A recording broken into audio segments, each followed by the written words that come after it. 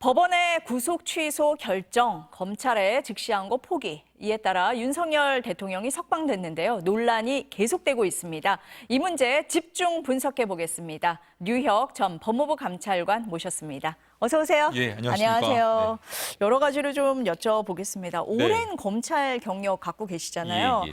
근데 윤 대통령 측에서 구속 청구한다고 했을 때 법조계에서 낯설다 이렇게 얘기들을 했는데 네. 법원이 인용을 했습니다. 예상하셨습니까? 저도 저 구속 취소 신청을 했을 때 참 이 드문 경우라고 생각을 했고 가능성을 낮게 봤습니다. 그리고 설령 구속 취소 청구를 인용하더라도 공수처 수사권을 근거로 해서 인용할 가능성은 뭐 그래도 조금이라도 있을지 모르겠지만 그 구속기간 산정과 관련해 가지고 구속기간을 도가시켜서 기소했다는 이유로 구속 취소를 할 줄은 몰랐는데 이런 결정을 내리고 또 그에 따라서 검찰이 즉시항고까지 포기하게 되니까 저로서도 상당히 좀 당황스러웠습니다. 네.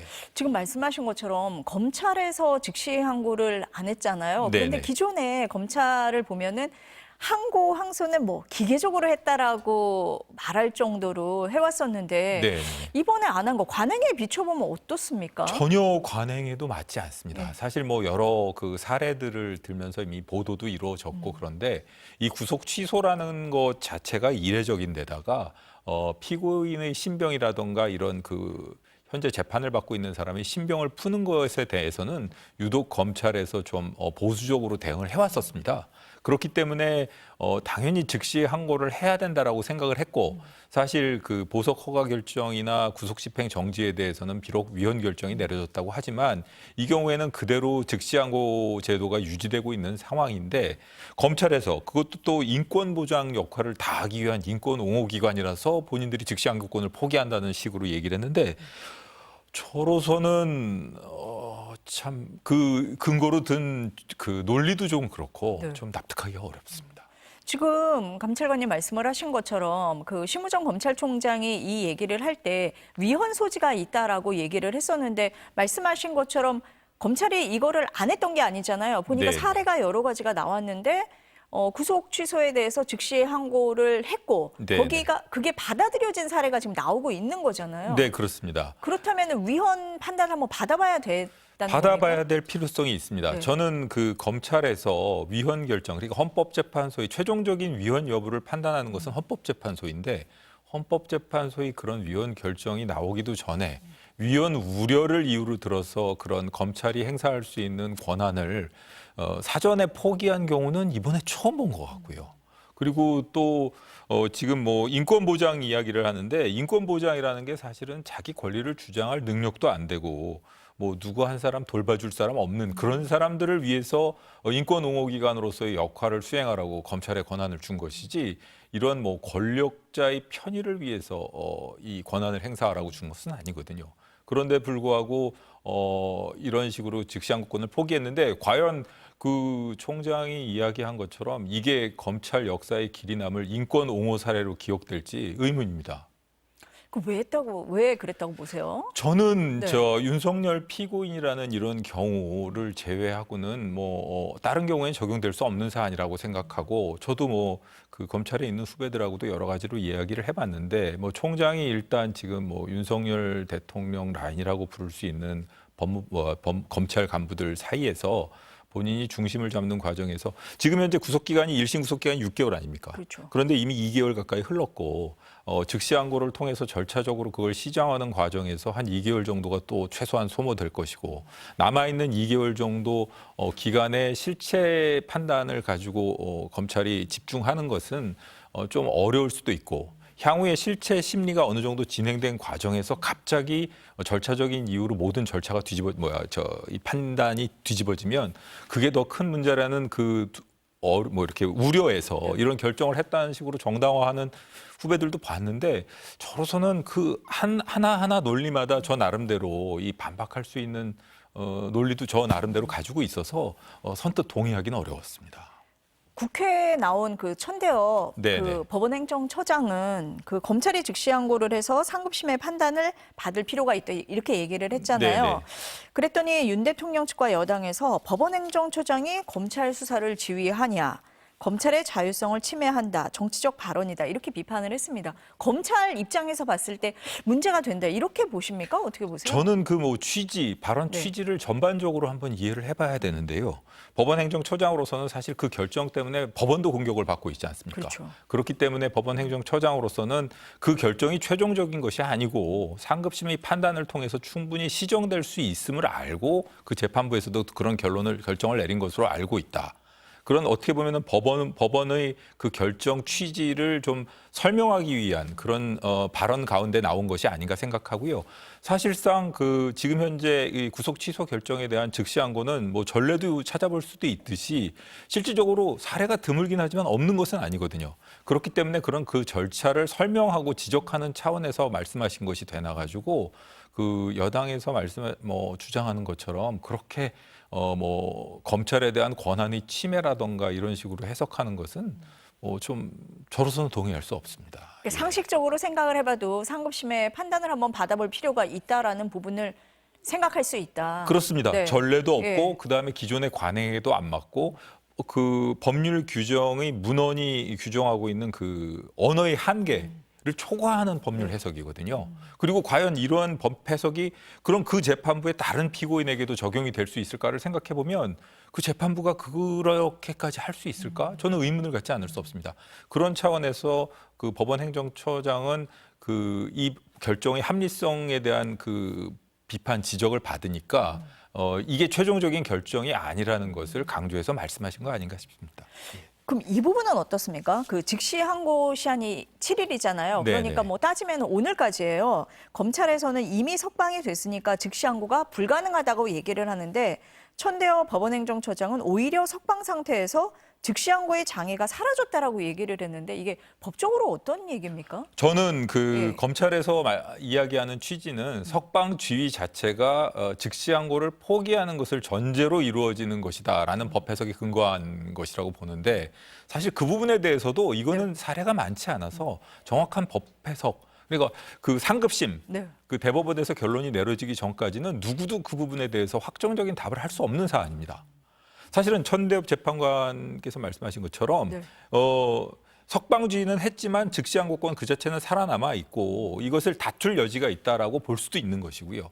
검찰에서처럼 볼 여지도 있지만 사실은 검찰이 과거에 석방된 이후에도 즉시항고권을 행사한 사례가 몇 가지 발견되지 않았습니까? 그렇죠. 그런 점에 비추어 보면은 어찌되었든 간에 좀 약간 검찰의 논리는 궁색하다고 볼 여지도 있고 그 부분에 있어서는 논란이 지속되는데 어찌되었든 간에 검찰에서는 이미 석방된 상황에서 또다시 큰 사정 변경을 일으키는 것 그런 것은 좀 적절치 않다라고 의사결정을 하지 않았나 그런 생각이 듭니다. 네.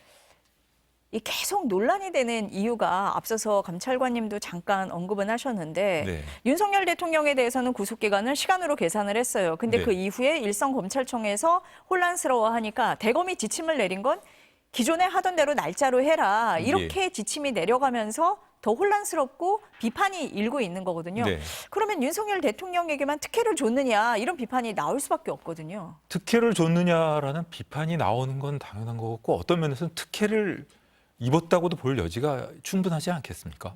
사실 윤석열 대통령 이외에는 이런 사례가 없습니다. 그리고 뭐 이런 그 인권 보장이라든가 이런 형사 소송에 있어서의 대원칙이 적용되는 그 주요 사례들을 보면 그 사례는 기억할지언정 그 사례로 인한 혜택을 입은 사람이 누구인지는 아무도 기억하지 않습니다. 기억하지 못합니다. 그런데 이 사례의 경우에는 그런 검찰의 즉시항고권 포기, 그다음에 취소 결정과 관련된 구속기간 산정 방식의 예외적인 적용, 이로 인해서 혜택을 받은 사람이 누군지는 누구나 답을 할 수 있거든요. 이런 사안이기 때문에 어찌되었든 간에 그 이후에 검찰에서는 혼선을 피하기 위해서 기존의 관행도로 구속기간을 그리고 또 구속 전 피의자 신문 과정에서 기록이 갔다가 다시 돌아오는 그 기간을 날로 계산하라는 취지로 공문을 내려보낸 것 같은데 어찌되었든 간에 그걸 바라보는 국민 입장에서는 이게 법이라는 게 법의 여신은 눈을 가리고 있는데 이 눈을 뜨고 어떤 사람에게는 적용이 되고 어떤 사람에게는 적용이 안 되는 이런 상황을 그대로 받아들이기가 쉽지 않을 것 같습니다.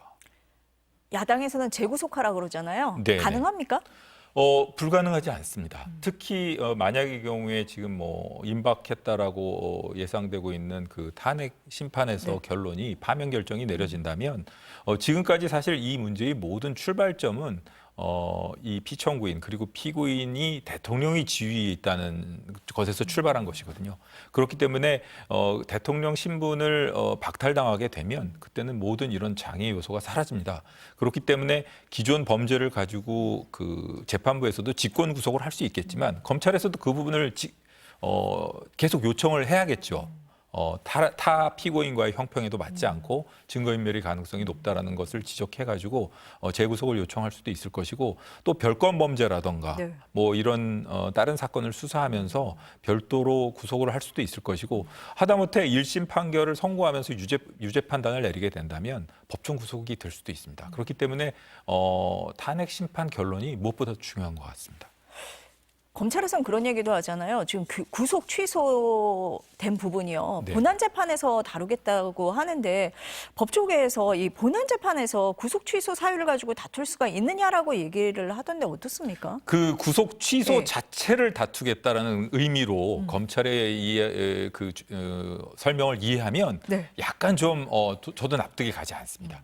구속 취소는 이미 구속 석방이 됐고 그러게요. 그런 상황에서 그리고 본인들도 구속 취소 그 자체에 대해서는 불복하지 않겠다라고 한 상황에서 구속 취소를 본안에서 다툰다는 것은 좀 말이 안 되고 저도 이해가 안 가고요. 그걸 최대한 선회한다고 치면 앞으로 윤석열 대통령 측에서는 이렇게 불법한 구속 취소 결정까지 내려진 잘못된 구속으로 인해서 그 이후에 구속 기소가 된 그 기소 절차 자체는 공소제기 절차가 법률의 규정에 위반한 때라서 공소기가 판결을 선고해야 된다 이렇게 주장할 수가 있거든요.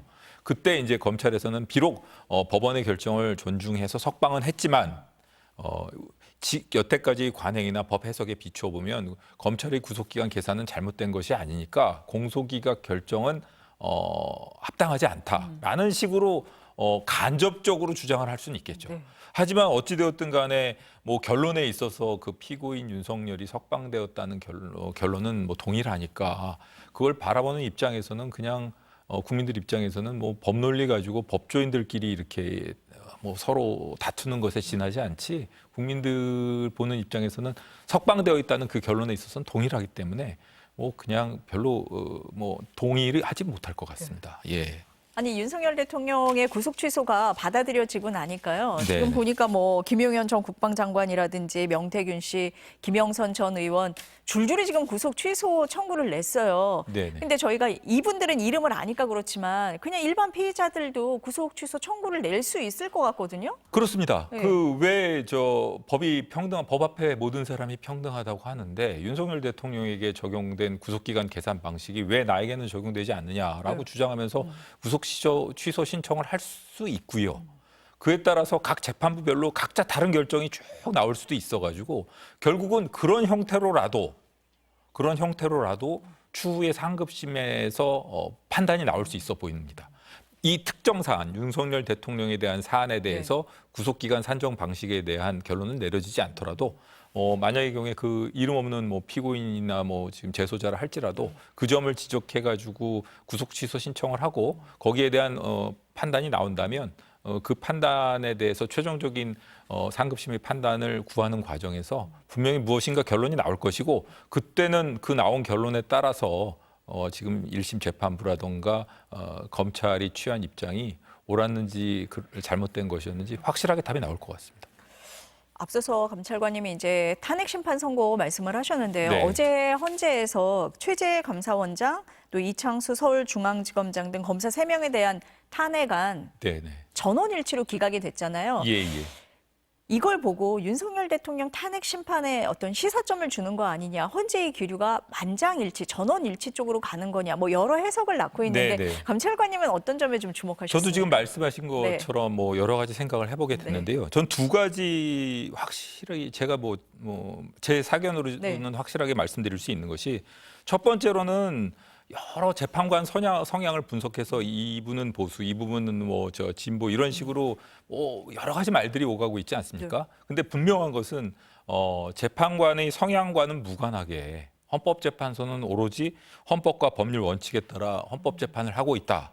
라는 어떻게 보면 헌법재판소의 신뢰를 최대한 국민의 신뢰를 확보하기 위한 그런 뭐 어떤 믿음을 주려고 노력하고 있다라는 인상을 받았고요. 두 번째로는 지금 이 윤석열 대통령 피청구인 측에서는 자꾸 그 각하를 주장하고 있지 않습니까? 각하를 주장하는 근거를 보면은 두 가지입니다. 한 가지는 탄핵 소추권이 남용됐다는 것. 국회에서 여러 가지 탄핵 소추권이 남용하고 있고 그 연장선상에서 대통령에 대해서도 그 내란이라는 프레임으로 탄핵 소추권을 남용해가지고 탄핵 소추 의결을 했다라는 점하고 또 하나는 그 내란죄 처음에는 내란죄를 헌법적인 측면 그리고 또 형법적인 형법 법률 위반 측면 이 두 가지로 다 의율해가지고 탄핵 소추를 의결을 했는데 형법 위반 부분은 좀 제외하지 않았습니까? 그렇죠. 그렇기 때문에 재의결이 필요한데도 불구하고 재의결을 하지 않았다. 이런 두 가지 점을 지적하면서 탄핵 소추가 각하되어야 한다고 이제 절차적인 문제를 제기하고 있거든요. 근데 사실은 이런 절차적인 문제를 제기하는 것은 실체 판단으로 들어가면은 좀 불리하다는 판단도 있는 것 같고 어쨌든 이런 그 절차적인 절차 위반을 주장하고 있는데 최소한 탄핵 소추권 남용과 관련해서는 이 헌법재판소에서 의결 종족수 등 적정 절차가 준수됐고 일부 헌법 위반이 법률 위반의 점도 확인이 되었다. 그리고 일부 정치적 동기가 있을지라도 전체적인 취지는 헌법 질서 남용에 대한 책임 추궁 차원에서 이루어진 것이라면 그것은 탄핵 소추권의 남용이 아니다라고 분명히 의견을 밝혔거든요. 이 기각까지 하면서 그리고 또 별로 그 위반의 정도가 중하지 않은 사안에서도 이런 의사를 밝혔다면 최소한 탄핵 소추권 남용으로 인한 각하 주장 중에서 각하 주장 그 부분만큼은 받아들이지 않겠다라는 심증을 드러낸 것이라고 볼 수도 있습니다. 저는 이 두 가지 점에 집중하고 싶습니다. 유추해서 좀 볼 부분이 있다. 네네. 어제 그 탄핵이 이제 기각돼서 업무에 복귀한 이창수 중앙지검장이 명태균 씨 수사 관련해서 이렇게 얘기했거든요. 한번 들어보시고 말씀 네네네. 좀 나누겠습니다. 들어보시죠. 네, 이번에도 김건희 여사가 연루된 명태균 씨 사건 수사를 좀 맡게 됐습니다. 좀 어떻게 지휘하실 건지 방침이 있다면. 그건 이제 직무 정지됐을 때 그 중앙지검으로 이송이 되었다는 것을 언론 기사를 통해서 보았고요.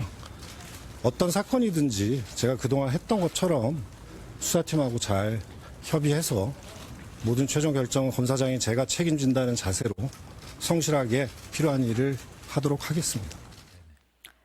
뭐 핵심은 김건희 여사 수사를 어떻게 할 거냐 이 부분 아니겠습니까? 예, 어떻게 그렇습니다. 보세요? 예. 사실 저렇게 확실한 의지를 보였다고 일단 말로는 의지를 보인 것 같은데 결국은 앞으로 검찰에서 어떻게 수사를 할지 얼마나 철저하게 국민적 의혹을 해소하려고 들지 그 부분은 한번 지켜봐야 될 것 같습니다. 네. 그 윤석열 대통령 탄핵 심판 선고 다들 왜 이렇게 늦어지나라는 얘기를 하잖아요. 예, 감찰관님 보시기에는 어떤 이유가 가장 사실 크다고 보세요? 늦어진다기보다는 워낙 논점이 많아서 지금 그 헌법재판소는 기존에 원래대로 예정되어 있던 일정에 따라 진행하고 있는데 네. 지금 그 구속 취소라는 갑자기 예상치 못했던 사태가 발생했다라고 볼 수도 있는 것 같고요. 분명한 거는 논점이 워낙 많습니다. 그리고 이미 접수된 사건에 대해서는 이미 다 결론이 내려졌지 않습니까?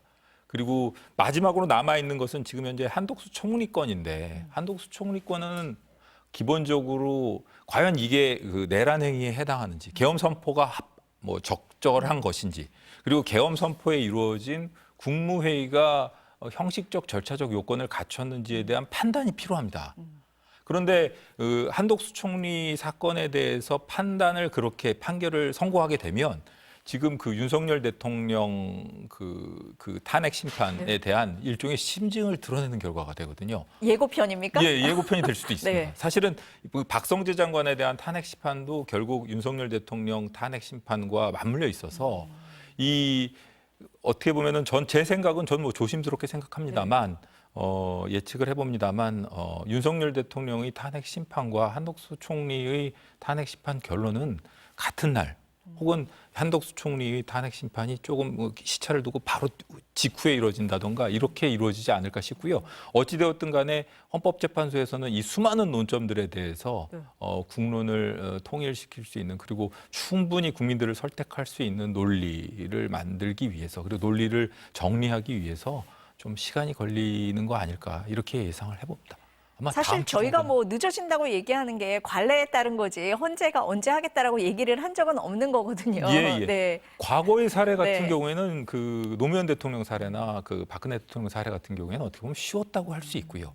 이 경우에는 워낙 절차적인 실체적인 그 점에 대해서 문제를 제기하면서 계속 다투고 있어서 논점이 훨씬 많은 사건이 아닌가 싶습니다. 오히려 논점이 많아서 그걸 정리하는 데 시간이 걸리는 거다. 다음 주 정도엔 나올 거다 이렇게 다음 주 보십니까? 정도로는 저는 일단 예상하고 있는데 네. 그건 뭐 헌법재판관님들께서 어떻게 하실지 지켜봐야 될 것 같습니다. 예. 알겠습니다. 오늘 말씀 잘 들었습니다. 감사합니다. 네, 감사합니다. 예, 감사합니다.